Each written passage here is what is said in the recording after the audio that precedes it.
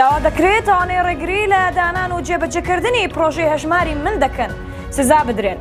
بۆ مەبەستاش داواکاری گشتی دەهێنرێتە سەر هێڵ.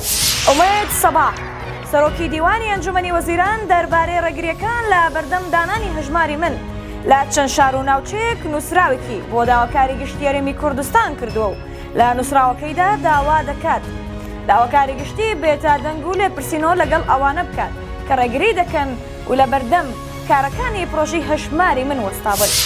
لە نووسراوەکەی سەرۆکی دیوانی ئەنجومەنی وەزیراندا جا لە لێپرسینەوە لەگەڵ ئەوانەی ڕێگری لە پرۆژەی هەژماری من دەکەن داوا دەکرێت سزای تەواوی ئەو کەس و لایەنانە بدرێت کە بربەست لە بەردەم ئەم پرۆژەیە دادەنێن و لە دژی ئەم پرۆژەیە دەوەستنەوە لە کاتێک کە ئەم پرۆژەیە بۆ بەرژەوەندەی گشتی و وەرگرتنی موچە بە شێوەیەکی ئاسانتر و باشتر دادەنرێت.